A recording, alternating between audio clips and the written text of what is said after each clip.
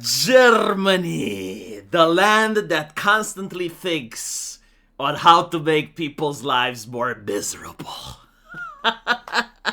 My God. See, this is what I love.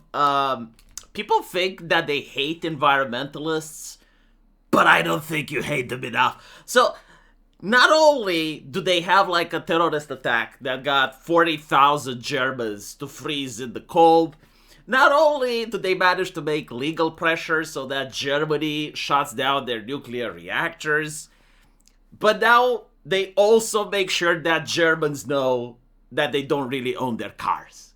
Like, isn't this beautiful? So, apparently this is happening with Toyota.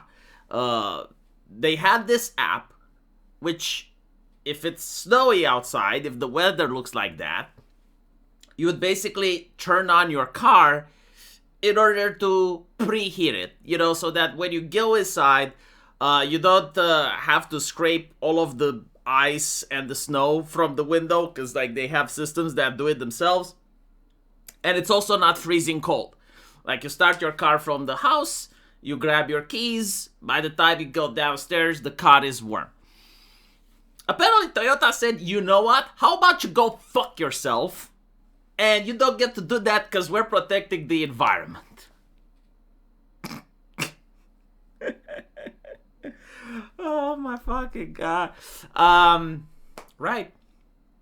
Do you know what's interesting? Imagine you're a fat German politician, right? Like, your entire life is to realize that you're now an aristocrat.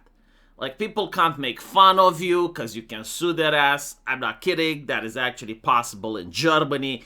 You can become fat. Like, you can be as fat as you want. You can transition. No one can say anything. You're the politician. Do you think you have to put up with this shit? Like, do you honestly think that you have to put up with a car that when you put your ass in it, it's cold? Of course not. You have a chauffeur. You have a driver that the German peasant has to pay for. And he arrives with a warm car. Isn't that progressive? Like, isn't this the real struggle? When you had like the social justice generation that wanted to fight for a better world. Weren't they actually fighting for this? So that they and their families can live like actual peasants in a new feudal society? My God. The thing is, like, no, this is what Germany wants, and I'm not going to say they don't. Like, if you actually go and you ask Germans, it's like, is protecting Mother Gaia important? All of them will say yes. All of them will say, like, yes, we want our factories to be in China, we want China to burn the coal, and we want to buy stuff from China while we turn off our air conditioning, and we basically turn off our car abilities to do basic shit that every car can do. Look, apparently, like, this is from Toyota, but what's interesting is that Toyota actually says that we're doing this because of the German lawmaker. So, I find this interesting, right? Because they're basically saying for vehicles with conventional engines, this only works when the combustion engine is running. Legislators consider this unnecessary engine idling and avoidable emissions, which is prohibited. Many users are unaware of this. There is no uniform legal situation regarding this in Europe, which we have addressed with a corresponding notice in the app. To protect vehicle users from fines, we have deactivated the function of this vehicle. So basically, like, look, if I want to basically not comply, like, I want to become ungovernable, you know what? Fuck it. I will let the engine be idle, even if it's not allowed. I will pay the fine. I will pay the fucking fine. I genuinely don't give a shit. I don't think, like, the government should be able to legislate every single aspect of my life. Like, some laws are common sense. Other laws, how about the government goes fuck itself? How about I basically, like, burn coal in my car, and if I'm caught, I will pay the fine? Why is Toyota saying, no, you can't do that? Like, what about the civil disobedience aspect, huh? Like, for instance, during the pandemic, every Romanian had to wear a mask. By the end of the pandemic, everyone was either wearing a chin diaper or no one was wearing a mask, to the point where the police wasn't able to find anyone. Because, like, literally everyone on the street, like, if you go and you find someone, you'd get, like, a group of people, hey.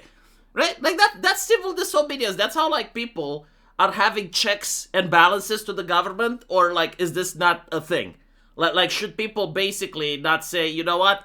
Maybe we shouldn't have digital ID like they did in the UK.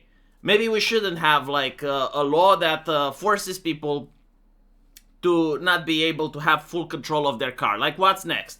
Microphone in the car that's going to listen to hate speech? I'm willing to bet someone is going to insult a politician in the future, is going to be driving his Toyota and is going to say, Merz, scheiße, Merz. And immediately the car is going to stop. Or even worse, you're going to say, Ursula von der Leyen, scheiße. Not only will the car stop, but it will stop next to the police that will be able to arrest you. By the way things are going, right? Like, I see how things used to be, I see how things are now, and so I can make a prediction on how things are going to be 5 or 10 years in the future. By the way, if you have an electric car, apparently this doesn't matter, right? So, like, another pressure to buy a vehicle that most people don't want to buy. I think like basically this is what Toyota is trying to do. Most people don't buy their electric vehicles, which I'm willing to bet are already subsidized by the government, and the market still doesn't want them, so they're like, let's try to inconvenience people. Isn't this like what Apple used to do before it was caught? Like, it would patch their previous phones to make them run slower so that people buy the new version? I would be surprised if, there's no conflict of interest there, where Toyota is basically inconveniencing people that don't buy the electric vehicle. But all jokes aside, though, environmentalism aside, doesn't this mean that you don't really own your car? Like, if the company can make these decisions for you, like, what's next? Disable the seatbelts? I'm not kidding. Like, they actually did that. They created this vest, not Toyota, another company. They created this vest for motorcycle users so that when you have an accident, it puffs up like a pufferfish to protect you.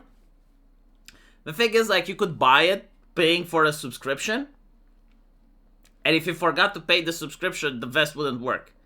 So, like, you wouldn't pay for it, and then you actually have a car crash and the thing doesn't save your life. That company got a lot of bad PR. But, like, it's literally going there, right? And this is a problem with people buying smart cars. Although, at this point, I don't know if I can fault them, because every single fucking car is smart. And smart literally means not yours. It means spyware. That's what it means.